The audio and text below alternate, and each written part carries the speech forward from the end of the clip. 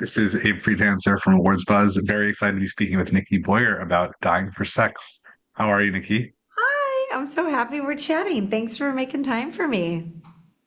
Of course. Can you tell me how much do you think you and Jenny Slate are similar?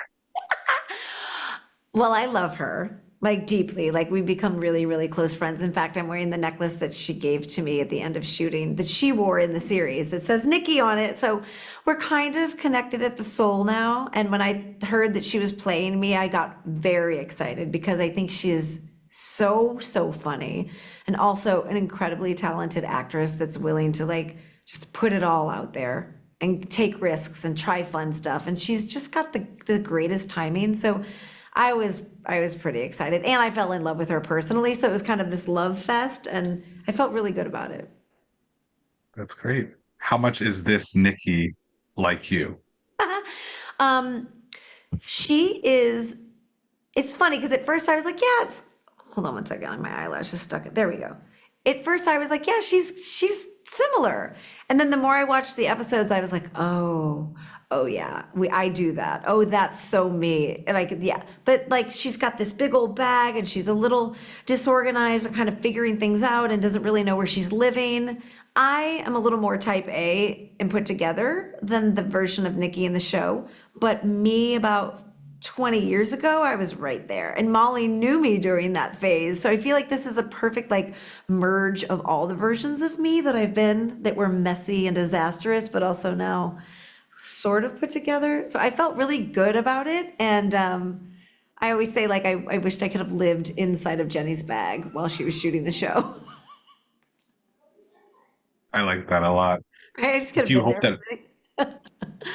do you hope that people come to this show being familiar with the podcast, or do you think it will appeal to a different and new audience, or both?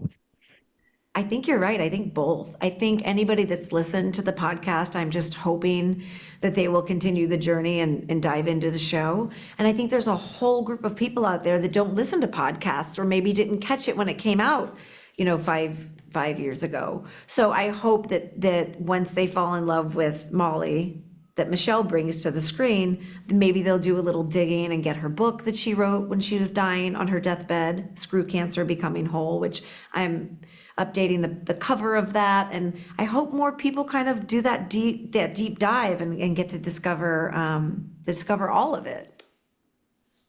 I'm definitely in that group. I like podcasts, just don't, TV and film is my chosen medium, so I don't really get as much into that. So it's nice to know about this here and to get to Yeah, learn you this should story. listen. I think you should listen because I think the podcast brings like the real rawness of Molly, and Wondery did an amazing job at taking all these pieces that I had after she passed away and figuring out how to put it together into a beautiful story. And I think that's what spoke to Michelle, and that's what spoke to Liz, Meriwether, and Kim, and that's what spoke to Liz, Meriwether, and Kim Rosenstock. And I feel like that was sort of the foundation of the show. What do you think that the show adds that maybe you didn't expect? Ooh. Hmm. What I love is that something that I don't know we were able to really do in the podcast was because it's an audio medium, like the sexual exploration and being in your own body while illness is taking over, but also exploring and having that fire within you.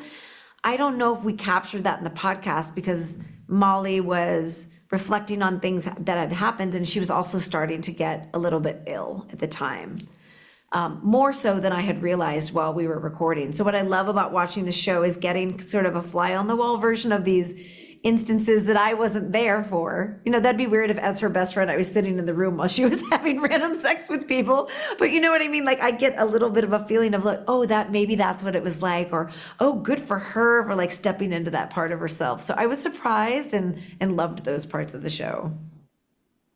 I think the title is enough of an indicator that it should attract the right crowd, but I imagine that you've gotten pushback from people who don't feel that the podcast or the story was appropriate to tell or anything like that. How do you Right. respond to those kinds of comments? I feel like those comments are just, there's a place for them, right? Like, of course you're allowed to have your opinion. Don't watch the show. Don't listen to the podcast. But what I have to say is don't judge a book by its cover and don't think just because it's about sex and death that it doesn't have something for you, because I actually believe this show, regardless of what your beliefs are about anything, there is a humanity in this show that I think is so undeniable. So in the same breath, I'm like, well, don't watch it. But I'm like, but maybe you should watch it because you might learn something about yourself. So, I mean, listen, there are always critics out there. There's always people that think it's too much. But this story is about love and about female friendship and about authenticity.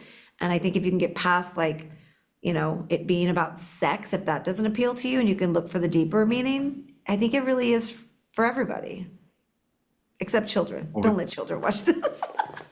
Please. not yet, when they're adults, you know. Yeah, save it for when they get older. It's a time for everybody. So, Exactly. what was your relationship like with Elizabeth and Kim in making the show? Oh my God, I love them. In the beginning, I think we were, it took a little while to make the show, right? It was a process because there was COVID and then there were the strikes and there was just a lot going on. And I felt there was a little part of me, it was like, gosh, is this really going to happen? Is this real? And when we started working together and having our calls and being in the writer's room together when they invited me in, which was such a great experience, I felt very valued and heard and seen, to the point where then I could sort of let go of the story and say, like, I want to hear what your version of it is. I want to see what you think resonates here. And it was such a good partnership, and we spent so much time on the phone together hashing things out. They asked so many questions, and they wanted to hear the stupid little stories about our inside jokes because they wanted to base the show around that core of the friendship, and they really did a great job of doing that. I felt really proud of it when I watched it. After I cried, of course. You feel like there are other projects out there that deal with this intersection, between uh, death and sex, or at least, unfulfilled desire or achievement of goals? It's so funny. I lately have been just watching trash TV, like horrible, horrible things, and documentaries about murder. So I haven't really had my finger on the pulse of this, but what I can tell you is that I'm hearing and feeling and seeing amazing stories about females sort of coming into their own bodies and owning their own sexuality that hasn't, I think, been portrayed very much in the past. And I love a female friendship story. I love a love story about, two women that are friends. And so I think this show is coming out at the perfect time because it seems like there's a lot. And people are starting to talk about death. People are starting to have conversations that are uncomfortable. And I love that because I like to talk about things that are uncomfortable. So I hope this show I think there's a monologue at the end of the series that could potentially help people on how they think about death. And it comes from hospice nurse Amy, who's played by Paula Pell. And to me, like, I think that'll be a game changer scene for a lot of people. And what advice would you give to people who have podcasts that they're looking to adapt into film or TV? Oh, that's a good question. I mean, record everything. Even if you don't think it's important, just like hit record. Because there were many times in the hospital with Molly where I thought, should I be recording? Is this useful? And something always happened, whether it was a janitor coming in to clean and her having an exchange with the person that cleans her room and them having this loving moment that I didn't know I was going to capture. And I think just record. And if the story means something to you, produce it for yourself first. Don't think about producing it for a mass audience. Just like produce it for you and for what your purpose is. And then if you get lucky, like I did, you have somebody like Wondery come in and help you shape it. And so just record. Well, thank you so much. Wish you the best of luck in the future. Thank you. Thanks for your questions. Nice to meet you.